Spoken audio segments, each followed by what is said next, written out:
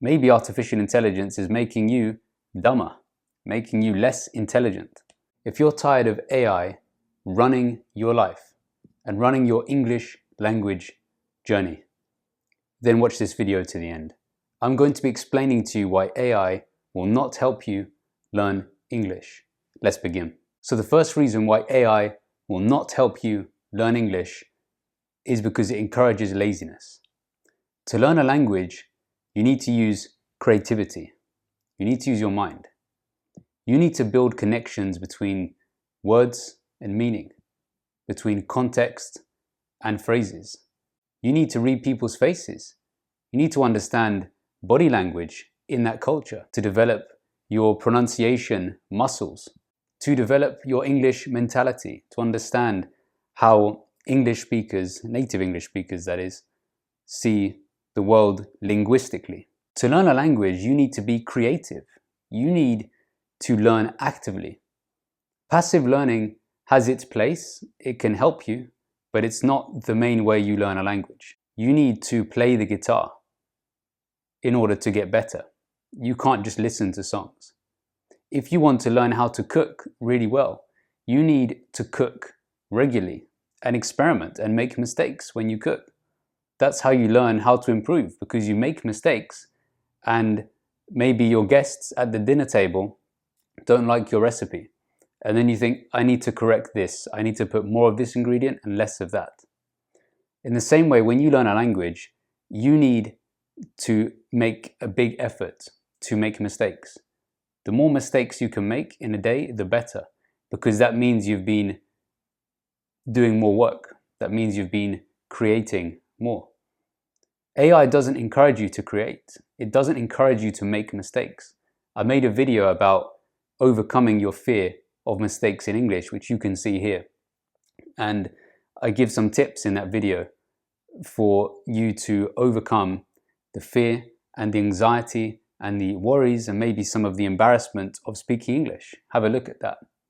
But I think if you want to get better at English as any language or any skill, making mistakes is essential. And so is hard work.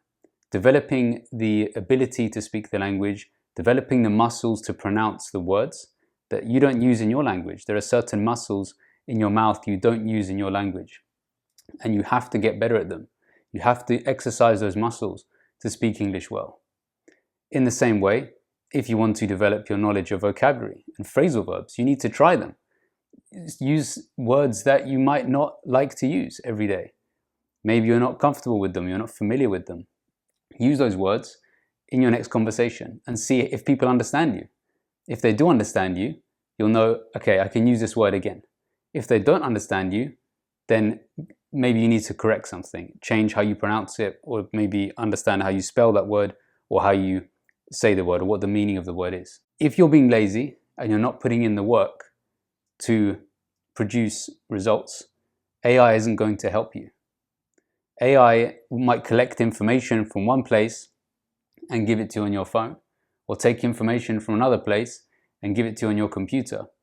And that could help you in the short term with some small task, but it's not encouraging you to develop discipline and the practice of making mistakes. The second reason that AI will not help you to learn English is because AI produces short-term results, not long-term skills. Maybe now, if you're using AI, ChatGPT, or some other type of program to write emails, to write text messages in English, maybe you're using it to answer phone calls, as some people like to do. Maybe you're using it to write essays for university, or using it to write a cover letter or a CV for a job application. Well, in doing that, maybe in the short term, you've got a small result. Maybe you've convinced someone, on the phone, on WhatsApp, on a text, that you're good at English. Maybe you've convinced a colleague that you can write a good email. But deep down inside of you, you know you haven't got better at English. You haven't really improved. Your confidence level at speaking the language has not risen. Your ability to understand English and to process the language when you hear it on the street has not increased. All you have done is produced a short-term result for something that you might want or need, but not developed the root system that, for example, a tree needs to grow healthily. If you want to stay healthy in life, maybe fast food tastes good for a short time, but it's not a very good idea to eat this if you want to stay healthy in the long term. Maybe staying at home and watching films is really good fun for you, but if you don't get off your backside, as we say in English, and start using your muscles on a daily basis and walking, you might have some serious problems with your bones later in life. So there are many reasons why you want to develop skills, not just results. Skills teach you how to fish. Results just give you one fish. Focus on skills, don't just focus on results. And in doing that, you'll start to realize that AI is very limited in how it can help you. AI means artificial intelligence. In English, the word artificial has negative connotations, negative associations. It's not a good thing. Think about that for a minute. It's not real intelligence, it's artificial intelligence. In English, the word artificial is often used as a synonym for fake, for something that is not real. If you're using artificial intelligence to get your results in life, maybe you're not using real intelligence and it's taking away from your real intelligence. Maybe artificial intelligence is making you dumber, making you less intelligent. So I would suggest that you scrap the AI to learn English and start focusing on building your real intelligence. The third and possibly the most important reason why AI will not help you to learn English is that AI is a machine program. It's not a real person. And language is about relationships. Language is about relationships between people. Language is about moments of joy, moments of sorrow, moments of suffering, moments where you can encourage someone, where you can console someone, moments where you can be happy with someone, moments where you can make jokes and crack a joke that other people laugh at and you make their day even better. Language is about songs that people connect with because they think that song was written for me at this point in my life. Or language could be about times where people share good memories about their life. So if you're using a machine to teach you a language or to use the language for you, you're not developing relationships. Perhaps you believe that AI will help you to develop relationships. You could say it's a tool. I don't have a relationship with the machine, but I have a relationship with other people and I use the machine to help me do that. AI has never related to anyone. It's never hugged someone. It's never shared a moment of sorrow with someone, a moment of pain.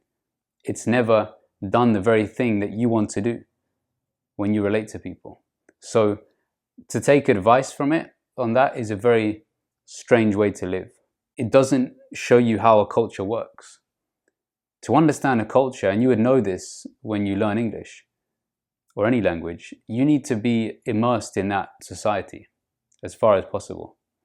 You need to go to have a meal with people from that country, to go there and see how food is presented in that culture. You need to go and walk down the streets of that country. You need to see how people dress, how they relate to each other, how they say hello, how they say goodbye. Do they use their hands when they talk? Do they speak in a very loud way? Are they speaking in a more quiet way? There's many different ways that people can relate to each other in a culture. And a lot of language is not about words and grammar. It's about body language. It's about non-verbal cues. You can only learn that when you spend time in that culture. So get off AI, stop wasting your time pressing buttons that generate auto results for you, and spend more time, even though it's uncomfortable. Learning a language is always going to be uncomfortable. It's always going to be difficult at times because that's when you grow, when it's difficult. And spend more time in real life, with real people, out there, speaking with normal people, learning from them, people who can teach you, but also people who just are speaking normally, and you can learn through observation. If you speak to those people in real life, you will learn far quicker than asking AI, what do people say in this situation? What do they say in that situation? What does that mean when they smile? What does that mean if they don't smile? Go out and ask someone, that person that you could meet from that society. If you want to learn English, go and ask an English person.